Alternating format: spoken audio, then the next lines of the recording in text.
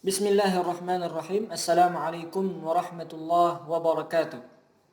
Alhamdulillah, kembali lagi kita bersama Ustadz di pelajaran pendidikan agama Islam. Dan insya Allah kita akan masuk ke pelajaran 6 tentang seorang kisah Nabi yang mulia, yaitu Nabi Adam alaihissalam. Bagaimana kisahnya anak-anak Ustadz? Sebelum kita masuk ke pelajaran kita, mari sama-sama kita berdoa dulu. Doa sebelum belajar. Allahumma anfa'na bima 'allamtana wa 'allimna ma yanfa'una wa zidna 'ilma. Raditu billahi rabba wa bil islami dina wa bi Muhammadin sallallahu alaihi wasallam nabiyya. Anak-anak Ustaz yang dirahmati Allah tabaraka wa ta'ala, makhluk Allah itu sangat banyak jumlahnya. Ada manusia salah satunya, ada pula jin dan malaikat. Apa perbedaannya masing-masing, anak-anak Ustaz? Yang pertama, manusia diciptakan dari tanah. Sedangkan malaikat diciptakan dari cahaya. Dan yang terakhir, jin diciptakan dari api. Jin dan iblis diciptakan dari api. Anak Ustaz rahmati Allah Subhanahu wa taala. Tetapi ada pertanyaan, tahukah kamu siapakah manusia pertama? Nah, mari sama-sama simak kisah Nabi Adam berikut ini. Anak-anak Ustadz, nah sekarang saatnya kita masuk ke kisah Nabi Adam. Dengarkan teman-teman kita bercerita. Adam alaihissalam adalah manusia pertama yang Allah ciptakan.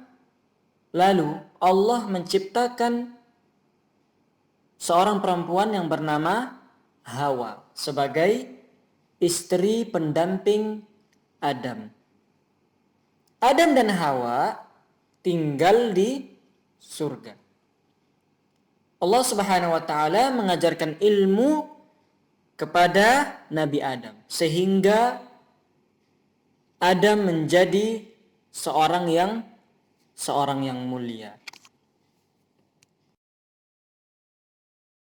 Allah kemudian memerintahkan agar iblis dan juga malaikat agar bersujud kepada Adam untuk menghormati Adam. Kemudian malaikat sujud karena malaikat patuh kepada Allah Subhanahu wa taala. Kebalikan dari malaikat, yaitu iblis. Tetapi iblis tidak mau sujud kepada Adam.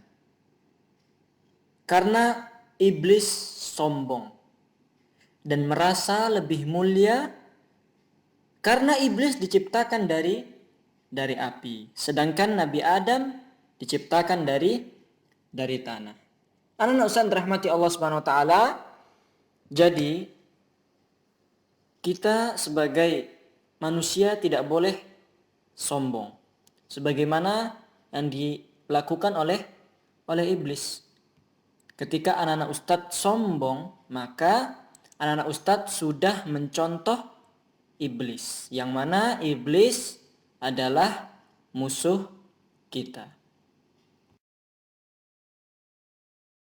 Apa yang terjadi ketika iblis tidak mau bersujud kepada Adam?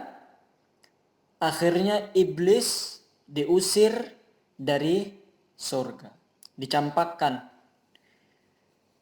Kemudian iblis pun dendam pada Adam dan berniat akan menggoda Adam dan seluruh manusia agar manusia tersesat seperti mereka. Di surga, anak-anak Ustadz, ada sebuah pohon. Adam dan Hawa dilarang mendekati pohon ini.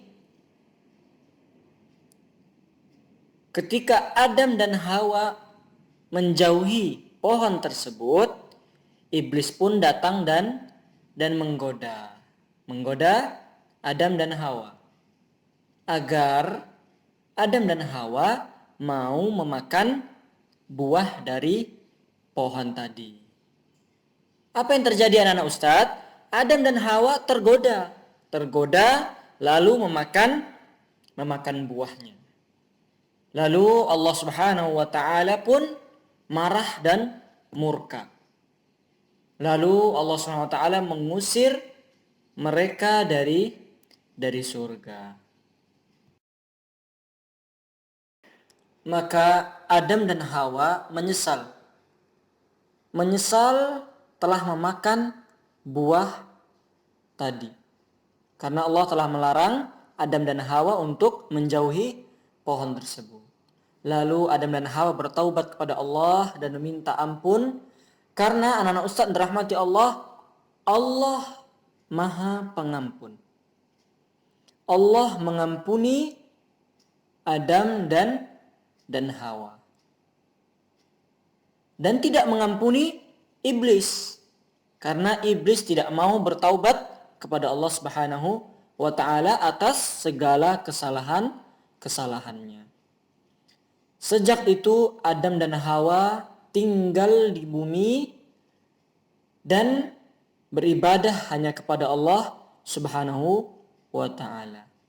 Dan Nabi Adam alaihi salam, anak-anak Ustadz yang dirahmati Allah Subhanahu wa taala, menjadi nabi pilihan. Nabi pertama dan juga manusia pertama.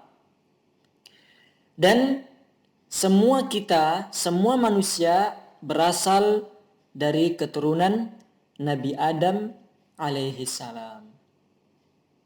Anak-anak Ustadz dirahmati Allah Subhanahu wa taala, dari kisah Nabi Adam ini ada beberapa poin penting yang dapat kita ambil, yang dapat kita pelajari. Yang pertama, Nabi Adam alaihi salam merupakan manusia pertama.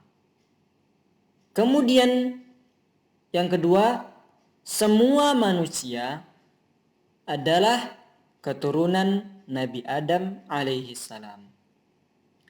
Yang ketiga, dengan ilmu, anak-anak Ustadz yang Ustadz cintai, dengan ilmu kita menjadi mulia.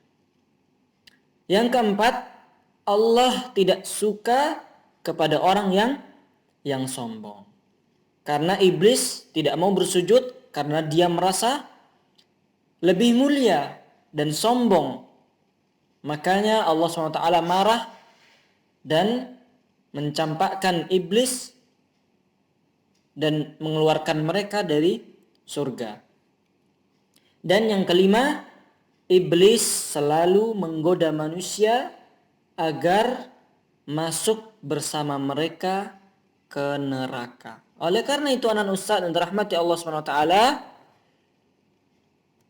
kita sebagai seorang muslim harus menjauhi yang namanya godaan-godaan syaitan. Kita harus menjauhi godaan-godaan iblis. Karena iblis merupakan musuh kita yang nyata. Anak Ustaz dan rahmati Allah Subhanahu wa taala, kita cukupkan sekian kisah seorang nabi yang mulia, yaitu Nabi Adam alaihi salam. Dan kita tutup dengan doa kafaratul majlis. Subhanakallahumma wa bihamdika asyhadu an la ilaha illa anta astaghfiruka wa atubu ilaik. Assalamualaikum warahmatullahi wabarakatuh.